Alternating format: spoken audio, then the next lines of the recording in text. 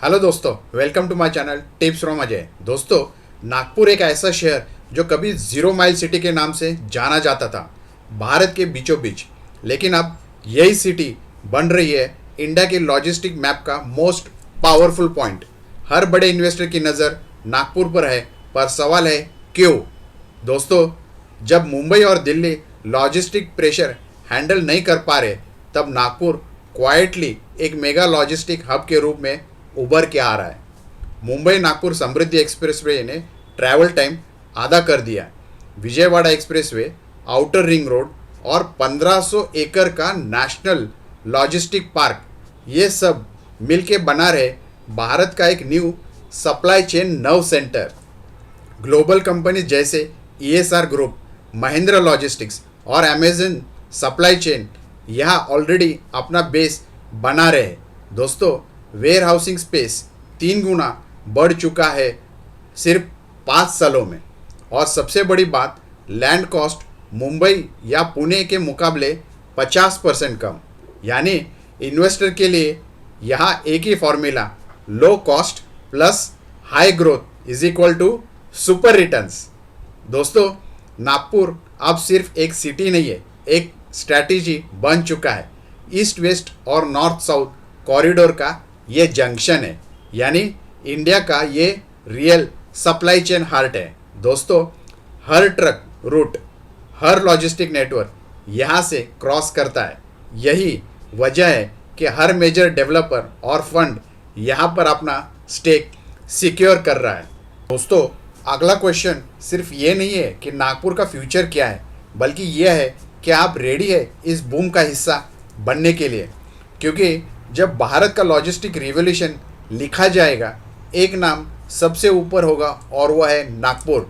तो दोस्तों, जिस विषय को लेकर आज हम चर्चा करने जा रहे हैं वह है नागपुर का लॉजिस्टिक बूम। क्या ये बनेगा इंडिया का सप्लाई चेन कैपिटल? ये काफ़ी इंटरेस्टिंग वीडियो होने वाला है। वीडियो अंत तक देखिए। आपको कैसा लगा ये अपने कमेंट में लिख के बता दीजिए, उस हिसाब से हम आगे इसको अपडेट करेंगे। चलिए दोस्तों, इस विषय को लेके आगे चर्चा करते हैं।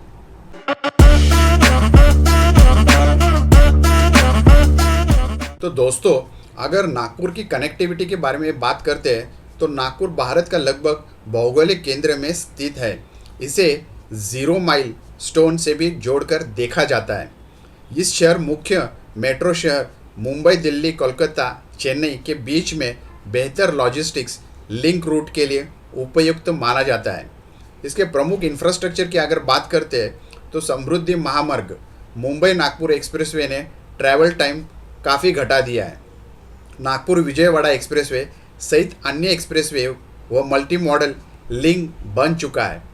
New outer ring road Nagpur परियोजना को भी मंजूरी मिल चुकी है, जो लॉजिस्टिक ट्रैफिक को संभालने में मदद करेगी।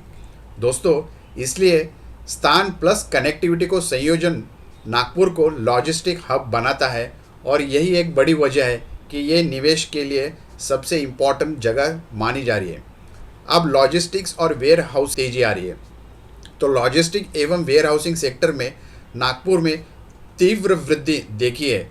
2017 से आज तक वेयर हाउसिंग स्टॉक 3 गुना तक बढ़ चुका है। उदाहरणार्थ के लिए ESR ग्रुप ने नागपुर में 58 एकड़ भूमि खरीदी और लगभग 400 करोड़ निवेश कर रही है लॉजिस्टिक पार्क के लिए।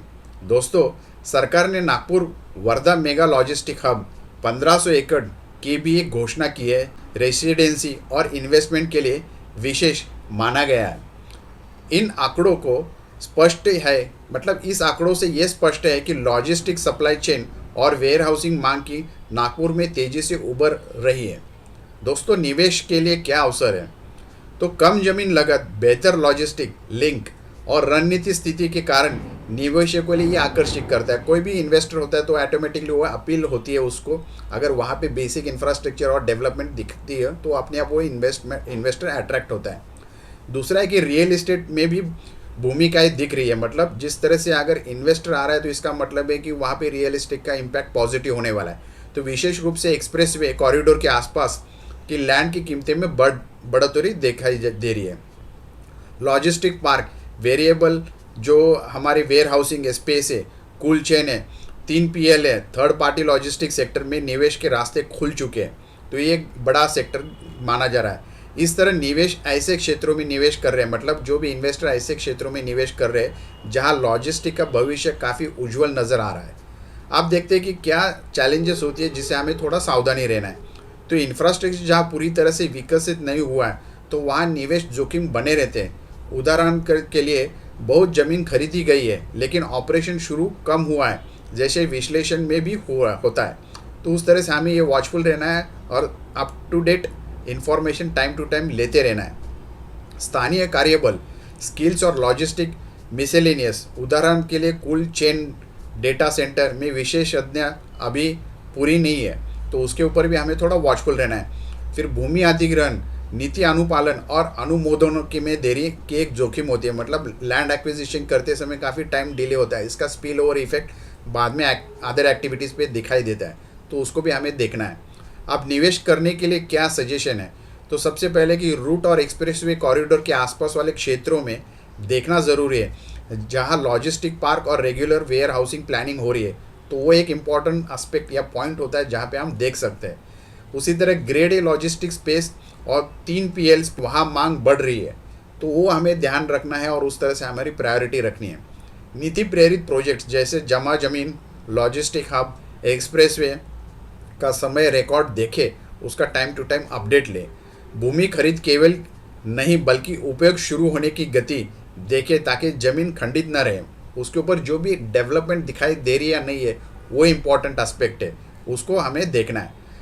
बाकी चीज़ जो है लॉजिस्टिक सेक्टर के साथ साथ रियल इस्टेट, आवासीय विकास और वाणिज्य विकास को भी देखना ज़रूरी है। वहाँ से भी पूरक लाभ मिल सकता है जो आपके रिटर्न्स अच्छे आने में आपको मदद कर सकता है। इसके बाद जो कंक्लूजन अगर हम देखते हैं तो नागपुर वास्तव में लॉजिस्टिक हब बनने की दिशा में तेज़ी से बढ़ रहा है। रणनीति स्थिति, बढ़ती कनेक्टिविटी, बड़े लॉजिस्टिक पार्क्स तथा निवेश की गति इसके पक्ष में है, लेकिन ये एक अपना सपना तुरंत पूरा नहीं कर रहा है। सही समय, सही रूट, पर्याप्त इंफ्रास्ट्रक्चर और नीति समर्थन चाहिए ताकि ये upcoming development time to time सही पॉइंट पे, सही जगह पे ज़रूरी हो।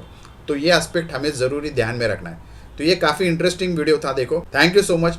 Take care of yourself and your family. Thank you.